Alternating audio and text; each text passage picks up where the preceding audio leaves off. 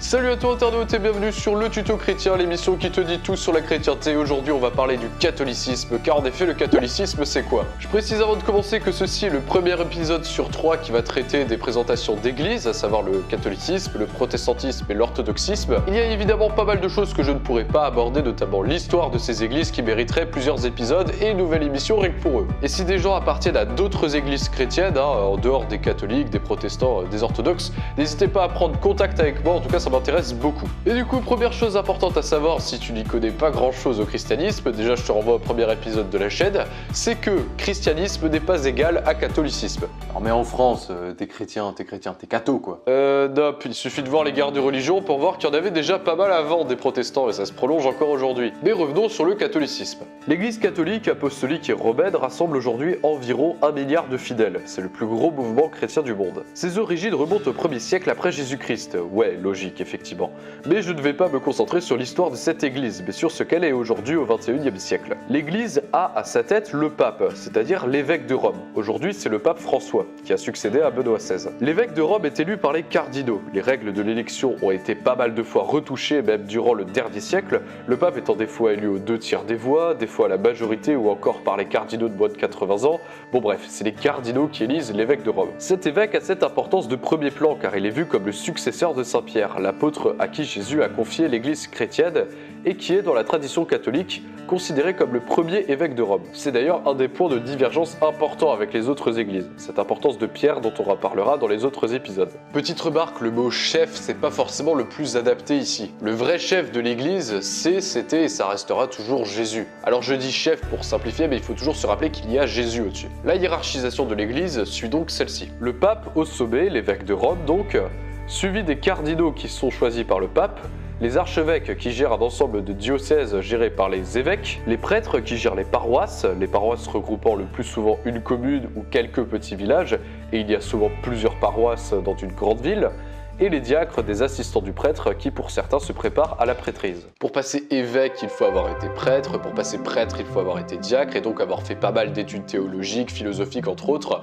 Je vais pas rentrer dans les détails. Alors l'église se considère comme romaine car elle est basée à Rome tout simplement, apostolique car se considère dans la continuité des apôtres, à savoir les premiers disciples de Jésus, et catholique, c'est-à-dire universel. Alors vite fait pour expliquer, le terme catholique à la base ça désignait tous les chrétiens dans leur ensemble, c'était pas une appellation officielle mais plutôt officieuse, utilisée au fur et à mesure par les croyants durant les premiers siècles. Depuis 1929 et les accords du Latran, le Saint-Siège, c'est-à-dire pour résumer le pape, est à la tête du Vatican. L'évêque de Rome, en plus d'être un chef spirituel, est donc aussi un chef d'État, qui possède un poids politique important à l'échelle internationale.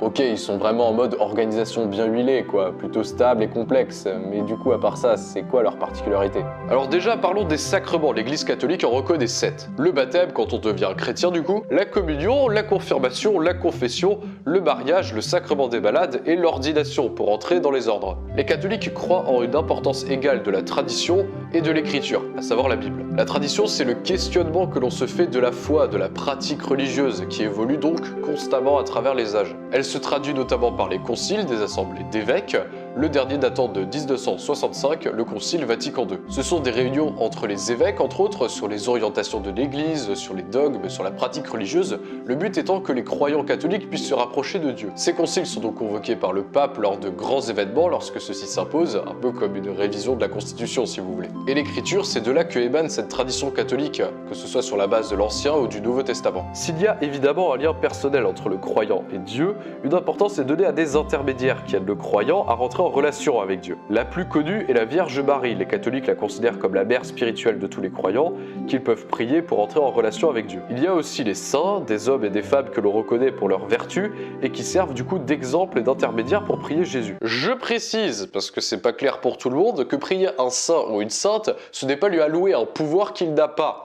C'est s'en servir comme intermédiaire ou comme modèle. D'accord, mais la messe, tout ça, c'est pas pareil que dans les autres églises du coup? La messe est assez codifiée, centrée sur l'Eucharistie, aussi appelée la communion, qui commémore le dernier repas du Christ. Le prêtre représente du pain et du vin qui vont devenir le véritable corps et le véritable sang de Jésus-Christ, avant d'être partagés entre les fidèles. On appelle ça la transsubstantation, je vais pas y revenir dans cette vidéo, car c'est des trucs assez compliqués, mais j'en parlerai sûrement dans la vidéo du protestantisme, car c'est assez important pour voir les différences. La messe cependant n'est pas le seul moyen de prier pour un chrétien catholique, j'en parle un peu plus dans cette vidéo. C'est quand même ouf le christianisme. J'ose pas m'imaginer sur plusieurs millénaires toutes les problématiques qui se sont pris dans la face, les cathos. C'est pas que des problématiques de cathos cette histoire commune, puisqu'elle comprend les orthodoxes jusqu'à 1053 avant le schisme et les protestants jusqu'au XVIe siècle. C'est pour ça qu'il est d'ailleurs très intéressant d'étudier l'histoire de cette église catholique, ce qu'on va sûrement faire sur cette chaîne, car durant une bonne partie de son histoire, elle comprend aussi toutes les autres. Mais paradoxalement, c'est aussi de là que viennent les grosses difficultés de cette église. Très organisée, très hiérarchisée, cette église est passée par tellement de crises diplomatiques, politiques, militaires, dogmatiques, économiques et j'en passe, à travers le monde et à travers l'histoire, que sa principale difficulté, c'est de se renouveler, d'être à la fois en phase avec les difficultés de l'époque et avec le message du Christ. Et pour être honnête, elle a toujours eu du mal à le faire et elle aura toujours du mal à le faire. C'est comme ça. Je critique pas l'église catholique pour ça, Je dis juste que depuis bientôt 2000 ans, elle a sacrément du pain sur la planche. Alors que vous soyez catho ou non, je vous encourage vraiment à prier pour cette église catholique. Que ce soit prier pour sa mission d'évangélisation qu'elle cherche à accomplir toujours au mieux, pour son organisation qui est pas parfaite mais qui a permis l'émergence de beaucoup de belles choses, et pour les hommes et les femmes qui la composent et qui ont toujours plus cette volonté de se rapprocher de Jésus-Christ. Bon, alors poser les bases c'est fait, taper sur les catholiques c'est pas bien, faire de la propagande c'est bon. Ok les gars, il nous reste à peu près une dizaine de pages sur la messe et une trentaine sur l'histoire de l'église, et ça que pour les premiers siècles, vous êtes chauds quoi? Les gars? On doit sérieusement se taper toute l'histoire. Je veux dire, j'ai à peine de comprendre les subtilités des cathos par rapport aux autres, et là tu veux me faire manger une encyclopédie en latin. Ouais, mais il y a plein de trucs hyper intéressants à voir. Oui, mais on va y passer des jours, alors t'arrêtes la vidéo ici et tu dis que l'on fera plus synthétisé pour l'orthodoxie et le protestantisme. Ouais, mais Médote, tu discutes pas. Ok, fin de vidéo. J'espère que cet épisode sur les bases du catholicisme t'a plu, que tu sois croyant ou non. On se retrouve très vite avec un épisode sur l'orthodoxisme et un autre sur le protestantisme, ainsi qu'un tout nouveau concept qui pourrait arriver sur la chaîne. Et pour ne pas rater les sorties, il suffit de s'abonner à la chaîne et d'appuyer sur la cloche pour avoir les notifications de chaque vidéo, de laisser un pouce bleu, de partager la vidéo si elle t'a plu, et enfin de laisser un commentaire pour dire ce que t'en as pensé. Et moi je vous laisse avec cette parole, c'est dans Matthieu chapitre 16 verset 18, un verset important pour les catholiques. Et moi je te dis que tu es Pierre et que sur ce rocher je construirai mon église et les portes du séjour des morts ne l'emporteront pas sur elle. Allez, à la prochaine sur le tuto chrétien.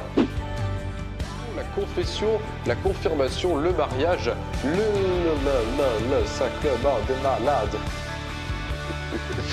La communion, la confirmation, la confession, le mariage, le sacrement des malades et l'ordination pour entrer dans les ordres. J'ai réussi, je suis trop fort.